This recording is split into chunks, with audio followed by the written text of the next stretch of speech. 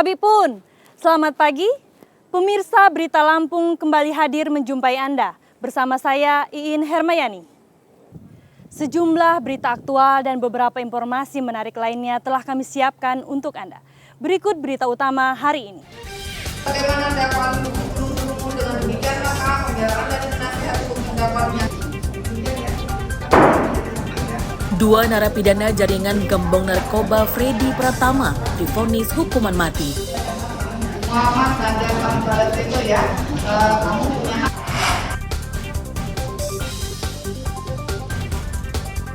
Harga bahan pokok dan sayur mayur naik, dampak cuaca buruk.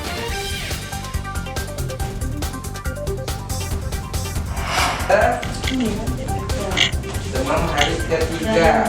Musim hujan tiba, wabah demam berdarah mulai menyerang warga. Masih panas badannya, tapi ya hematokrit bagus, mulai turun. Tapi trombositnya masih turun. Batuk juga, mual. Ya, takutnya cairannya di dalam.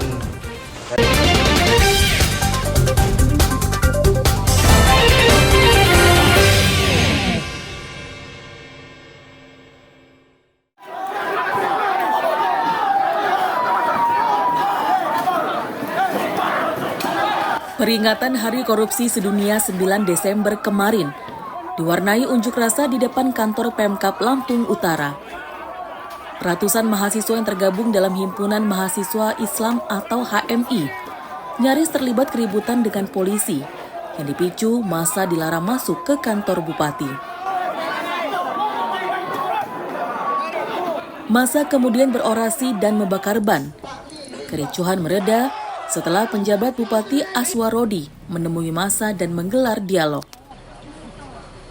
Pada demo ini massa menuntut transparansi Pemkab Lampung Utara dalam mengelola dana sumbangan atau CSR dari pihak swasta, mengevaluasi keuangan Rumah Sakit Maijen Riyakudu, masalah tambahan penghasilan pegawai atau TPP, dan tunggakan penyaluran anggaran dana desa atau ADD. Pada aksi ini massa juga menggalang donasi dari para peserta demo dan mendapatkan uang sebanyak Rp36.000 untuk disumbangkan ke Pemkab Lampung Utara untuk menyelesaikan tunggakan utang ADD. Ngasih seikhlasnya dan semua bantu ridho, kami hasil 36.000 Pak. 36.000? Ya, 36.000 dari teman-teman HMI dan kami berikan kepada Pemda. Untuk apa itu? Untuk membantu tunggakan TPP, ADD dan kerja-kerja yang ada di rumah sakit yang belum terbayar Pak. Ini bentuk kepedulian ya? Ya, betul. Memberikan apresiasi ini adalah bentuk dan kritik daripada teman-teman HMI ini sebagai masukan bagi kita. Dan tadi saya catat apa yang disampaikan oleh teman-teman HMI itu masih dalam koridor yang wajar lah. Dan seperti yang saya sampaikan tadi, ada yang perlu kita luruskan supaya tidak salah persepsi, dan ada yang memang perlu kita tindak lanjuti. Dan seperti tadi sudah kita janjikan akan kita tindak lanjuti, akan kita jawab dalam agenda audiensi nanti dengan. Setelah menyampaikan aspirasinya ke penjabat bupati, massa kemudian membubarkan diri dengan tertib. Ardi Yohaba melaporkan dari Lampung Utara.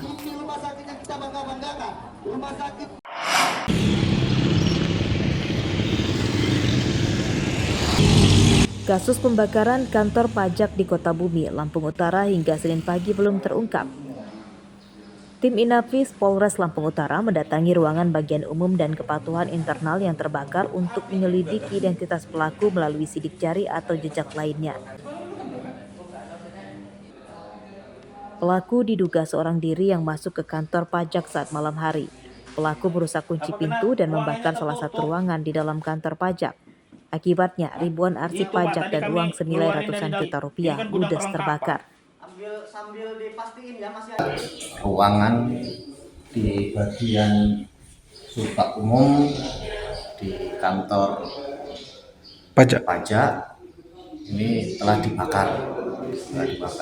Diduga pelaku masuk kemudian membakar ruangan arsip. Untuk kejadian itu sekitar pukul jam 00.06 WIB. Untuk dari CCTV terlihat pelaku mengendap-endap kemudian merusak CCTV sehingga pelaku wajahnya tidak terlihat Kemudian pelaku juga menggunakan topi dan menutup wajahnya sehingga posisinya belum seberapa jelas terlihat. Pembakaran salah satu ruangan di kantor pajak Kota Bumi terjadi pada Sabtu malam lalu. Api diketahui saat api sudah berkobar besar oleh satpam yang kemudian melapor ke petugas damkar. Identitas pelaku dan motifnya pembakaran kantor pajak masih diselidiki, apakah karena ada unsur ketidakpuasan dengan pelayanan pajak atau ada faktor lain.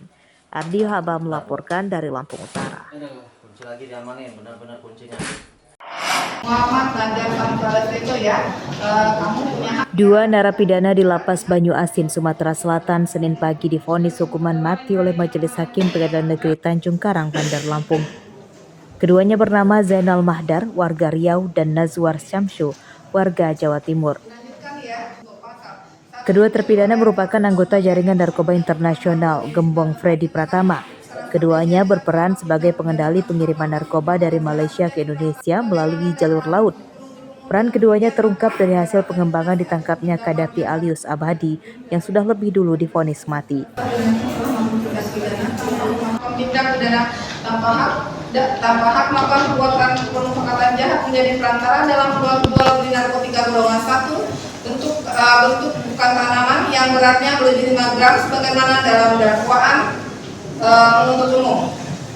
Dijatuhkan pidana terhadap terdakwa Muhammad Nazwar Syamsu alias Tedo bin Helmi Bahri dengan pidana mati dengan ketentuan bahwa pidana mati tersebut dijalani jika pengadilan tingkat terakhir menerima upaya hukum luar biasa atau presiden mengabulkan gerasi atau amnesti yang diajukan oleh terpidana.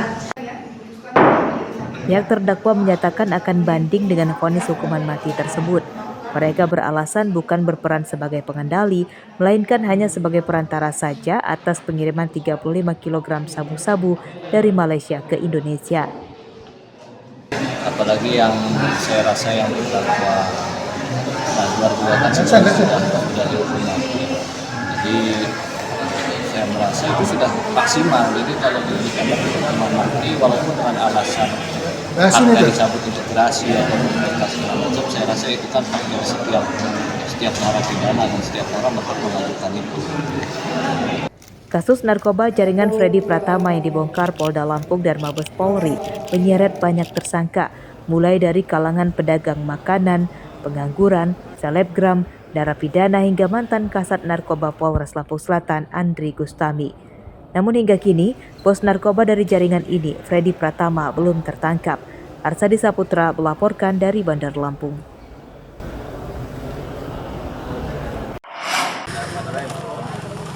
Awas meledak, Pak. Jutaan batang rokok ilegal, narkoba, jenis sabu-sabu dan ganja, senjata tajam hingga senjata api rakitan dimusnahkan. Semua barang bukti ini disita dari 49 kasus yang sudah berkekuatan hukum tetap oleh pengadilan. Pemusnahan dilakukan di halaman kantor Kejaksaan Negeri Pringsewu. Rokok dan ganja dimusnahkan dengan cara dibakar. Lalu di sabu-sabu dimusnahkan dengan cara dilarutkan ke dalam cairan kimia pembersih lantai dan di blender. Sedangkan senjata api, senjata tajam dipatahkan dengan mesin potong. Pemusnahan barang bukti ini periode bulan Juli sampai dengan bulan November 2024 sebanyak 49 perkara. Sendiri?